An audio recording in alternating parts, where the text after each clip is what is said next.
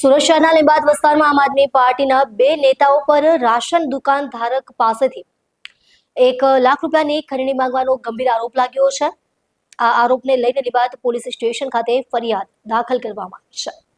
લીંબાદમાં આમ આદમી પાર્ટીના મહામંત્રી શ્રવણ જોશી અને તેમના સાથી સંપત ચૌધરી પર ફરિયાદી રાશન દુકાન ધારક પાસેથી ખોટી રીતે નાણાકીય દબાણ બનાવીને રૂપિયા 1 લાખની રકમ ખંડણી તરીકે માંગી હતી। ખંડણી માંગ્યા બાદ ફરિયાદી દુકાન ધારકે लिंबायत पोलीस स्टेशन में फरियाद नोंधावी हती। पोलीस अधिकारीओए फरियादी प्राथमिक तपास पछी आ आरोपो अंगे गुनो नोंध्यो हतो।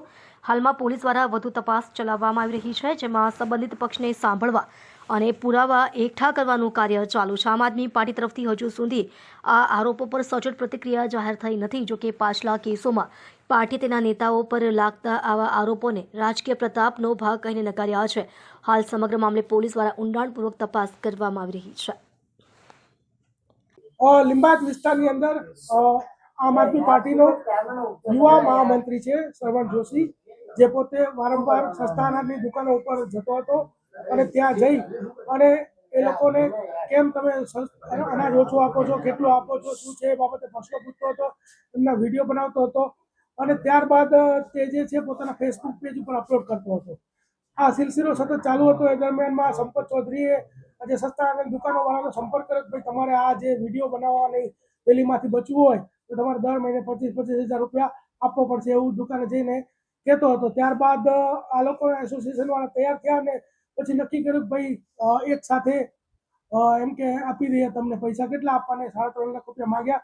અને ત્યારબાદ જે નિલેશ મોરે કરીને જે છે એની પાસેથી અને એનો જે બદરી કરીને જે વચ્ચેથી હતો જે આ લોકોનો જ માણસ હતો કે જે સસ્તા અનાજની દુકાનવાળાનો, અને એની પાસેથી આ લોકોએ લાખ રૂપિયા લીધા હતા ને બીજા ભવિષ્યમાં લેવાની એ લોકોની ડીલ થઈ હતી।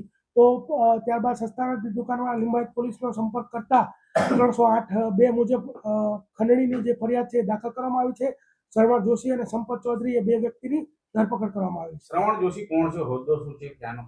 શ્રવણ જોશી જે છે એ પોતે આમ તો કપડાનો વેપારી છે એવું એનું જણાવવું છે, પરંતુ એ સાથે જ એ લીંબાયતનો આમ આદમી પાર્ટીનો યુવા મહામંત્રી છે। સર, કઈ રીતે સસ્તા અનાજની દુકાને ટાર્ગેટ કરતા? આ લોકો સસ્તા અનાજની દુકાને જ્યારે ત્યાં વિતરણ ચાલુ હોય ત્યારે જતા હતા, વિડીયો બનાવતા હતા, એમની નાની મોટી ખામીઓ જે છે શોધી અને એ લોકોને ડરાવતા ધમકાવતા હતા, અને ત્યારબાદ એ લોકોનો ખાનગીમાં સંપર્ક કરતા હતા। રોકડા રૂપિયા પણ લેવાયા છે, કઈ રીતે રોકડા રૂપિયા કેટલા? રોકડા 1 લાખ રૂપિયા લેવામાં આવ્યા છે। 200 ના 5 બંડલ છે અને એ લોકોએ જ્યારે વેપારીઓએ આપ્યા ત્યારે એને સિરીઝ નંબર નોંધીને એને આપ્યા હતા। અગાઉ પણ